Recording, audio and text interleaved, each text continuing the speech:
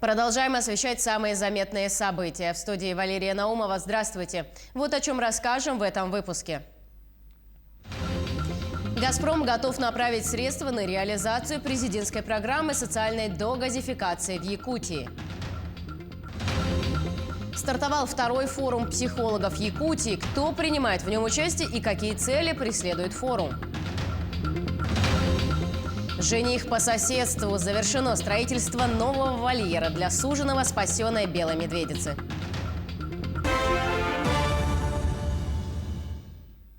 Якутия и «Газпром» достигли новых договоренностей по газификации. Глава республики Айсен Николаев и зампред правления «Газпрома» Виталий Маркелов в рамках Петербургского международного газового форума достигли новых договоренностей, согласно которым компания готова направить 1,8 миллиардов рублей на реализацию президентской программы социальной догазификации в регионе.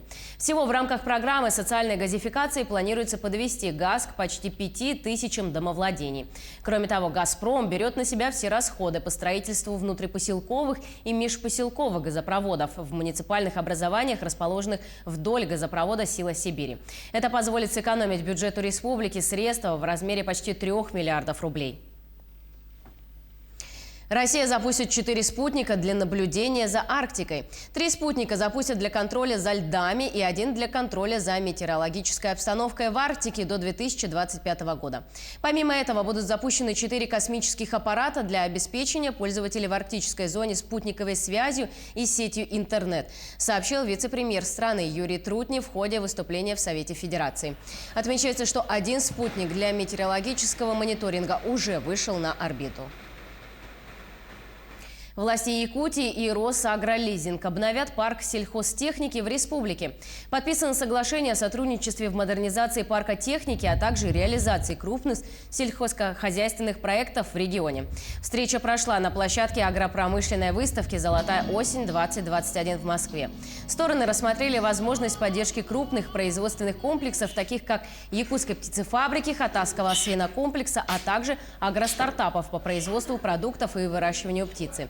С 2024 года Росагролизинг инвестировал в Якутию свыше 1,4 миллиарда рублей. За этот период было постановлено 498 единиц сельхозтехники.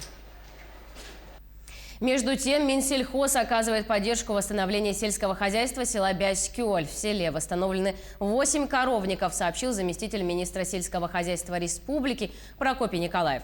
К 15 октября планируется ввод еще одного объекта на 100 голов крупного рогатого скота.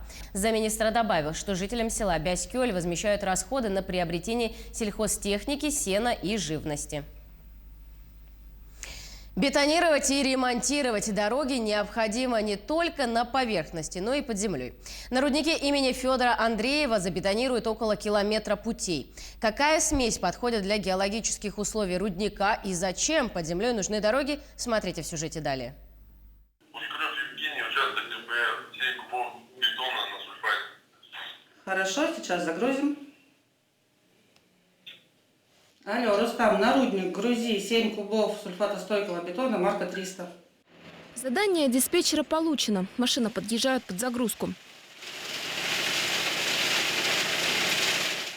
Через несколько минут она отправится в очередной рейс на подземный рудник имени Федора Андреева.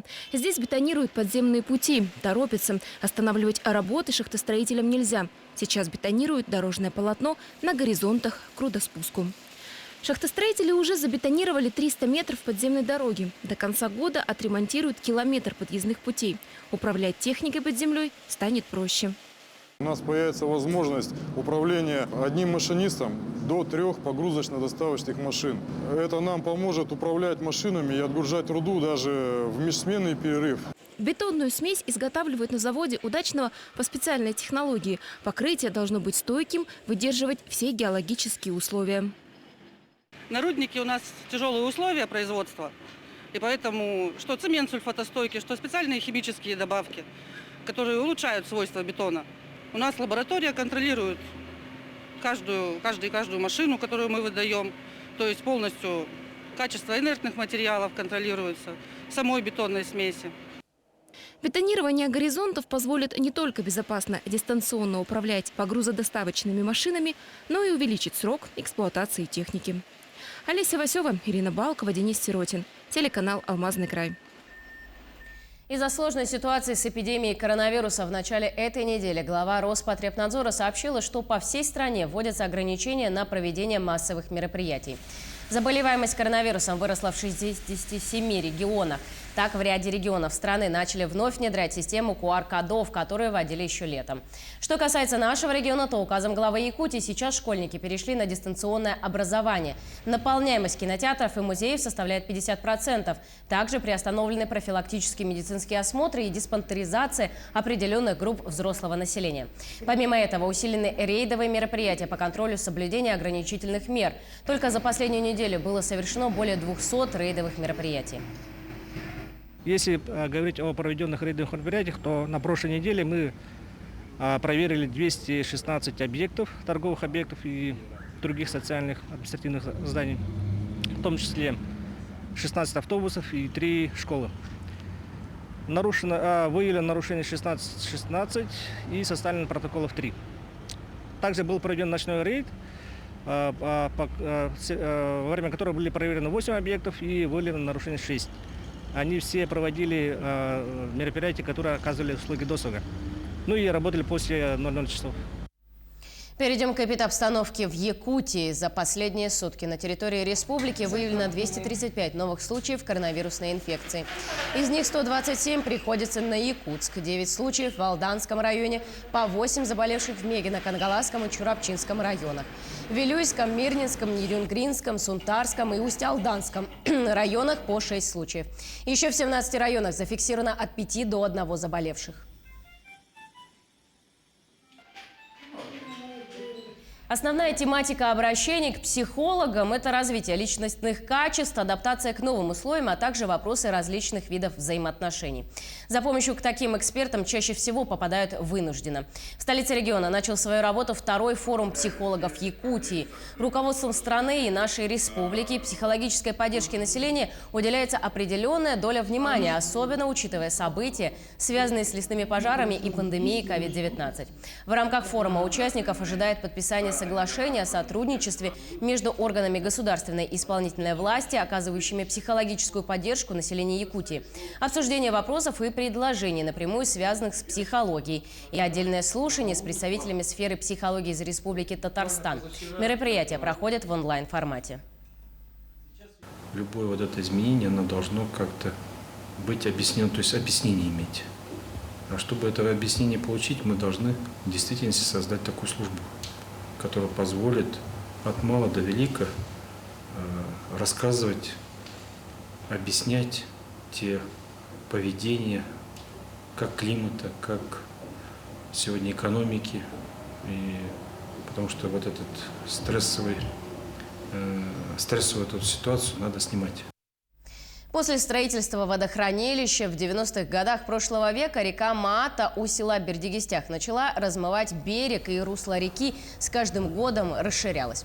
В прошлом году берег реки решили укрепить. Начали с расчистки и дноуглубления. А с сентября текущего года готовят откосы для укрепления берега общей протяженностью 142 метра.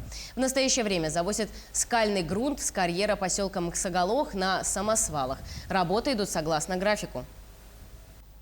И одной проблемой было здесь вот самого берегоукрепительная работа. Они сегодня очень необходимы в данный момент.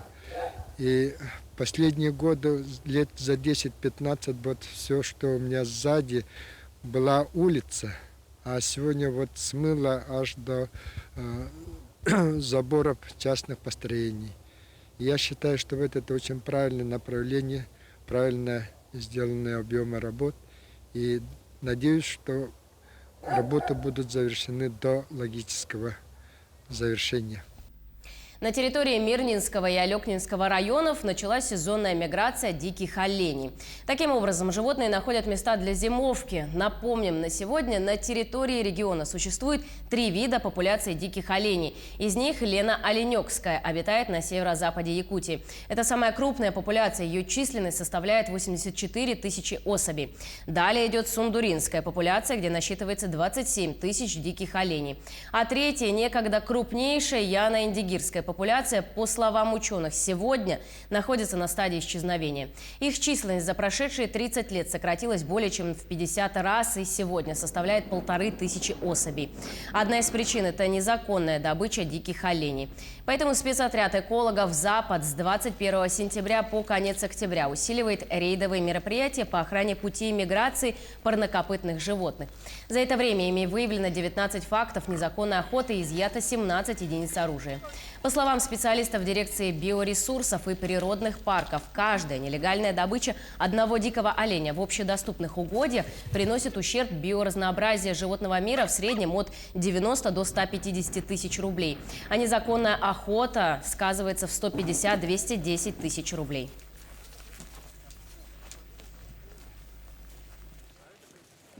Основные цели и задачи спецотряда «Запад», дирекции биологических ресурсов, это, значит,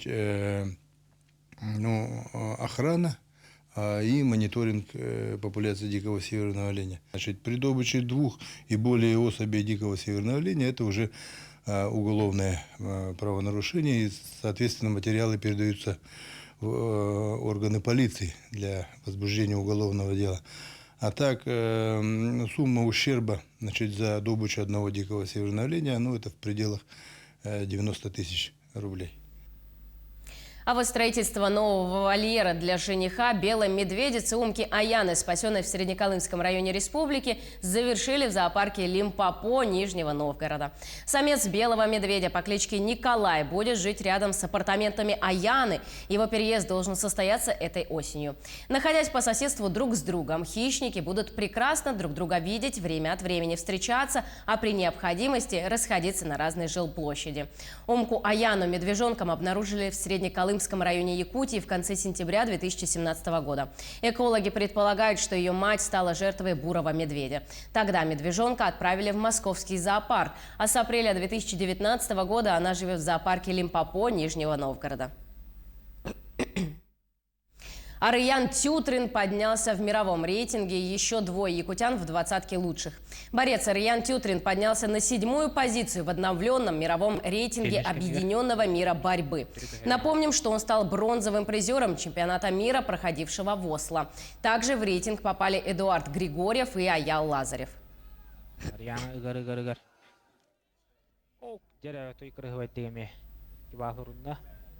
Мы следим за развитием событий. Продолжим говорить о новостях на телеканале Якутия-24. Не переключайтесь.